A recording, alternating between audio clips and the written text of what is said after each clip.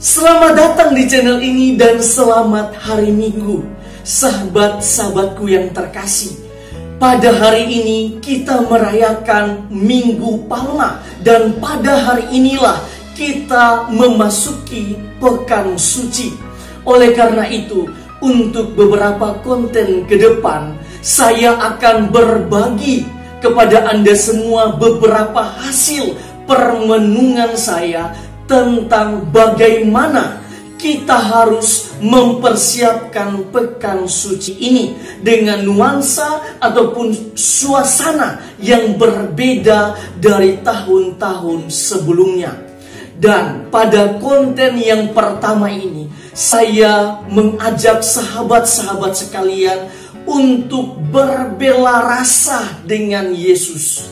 Dan dalam suasana sekarang ini, di mana kita sedang melakukan social distancing ataupun physical distancing ini, sebenarnya ini adalah salah satu sarana untuk berbela rasa dengan Yesus. Sebab nantinya sejak Kamis Putih, Yesus akan sungguh-sungguh merasakan social distancing yang sangat mendalam, atau bahkan merasakan isolasi diri yang sangat hakiki.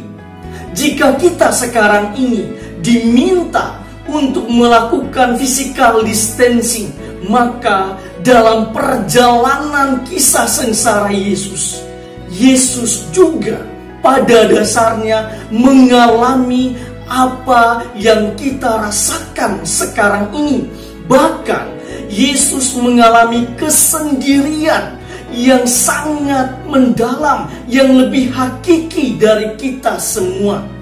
Saat itu, semua orang yang pernah mengaku sebagai pengikutnya, mengaku sebagai muridnya, mengaku sebagai rasulnya sendiri, meninggalkan Yesus sendiri seorang diri.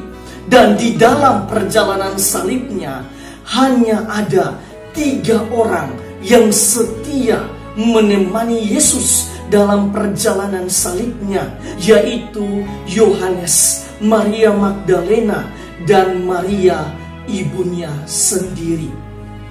Inilah suasana yang tidak hanya masuk dalam kategori social distancing, tetapi benar-benar merasakan kesendirian yang hakiki, kesendirian yang sangat dalam. Bahkan di atas salib, Yesus merasa Bapanya meninggalkan Yesus, sehingga ia berkata, "Allahku, Allahku, mengapa engkau meninggalkan aku?"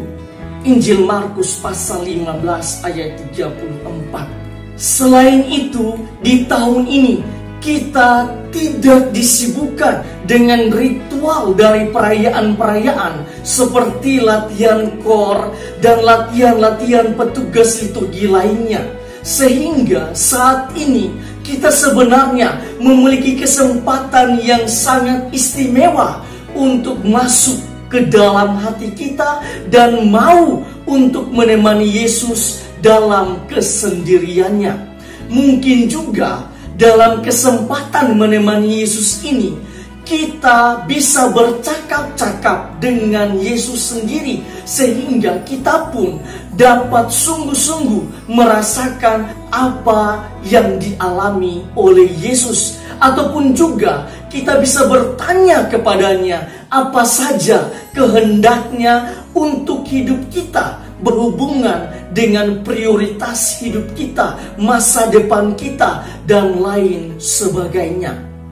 Di sisi lain, dengan berbela rasa dan momen menemani Yesus ini, kita akan sungguh-sungguh merasakan kesendiriannya, merasakan kekuatan batinnya ketika ia dihina, ketika Yesus dipukul, diludahi, disalibkan, ataupun bahkan kita bisa merasakan kekuatan batin Yesus ketika ia ditinggalkan oleh orang-orang yang ia cintai, bahkan oleh Bapanya sendiri.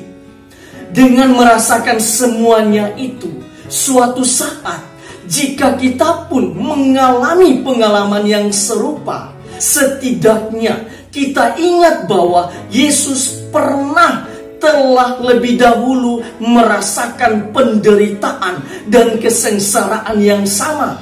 Dan bukan tidak mungkin Yesus pun akan menemani kita di dalam kesendirian, dalam kesepian kita.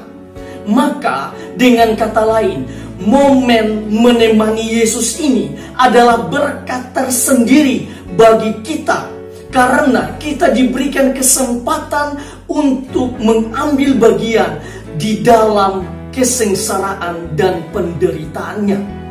Oleh karena itu, selama pekan ini, marilah kita masuk ke dalam hati kita dan menjumpai Yesus di sana untuk berbela rasa dan menemani Yesus dalam kesendiriannya, dalam kesepiannya. Dan caranya sederhana, kurangilah kegiatan-kegiatan yang tidak perlu seperti bermain medsos, bermalas-malasan, dan lain sebagainya.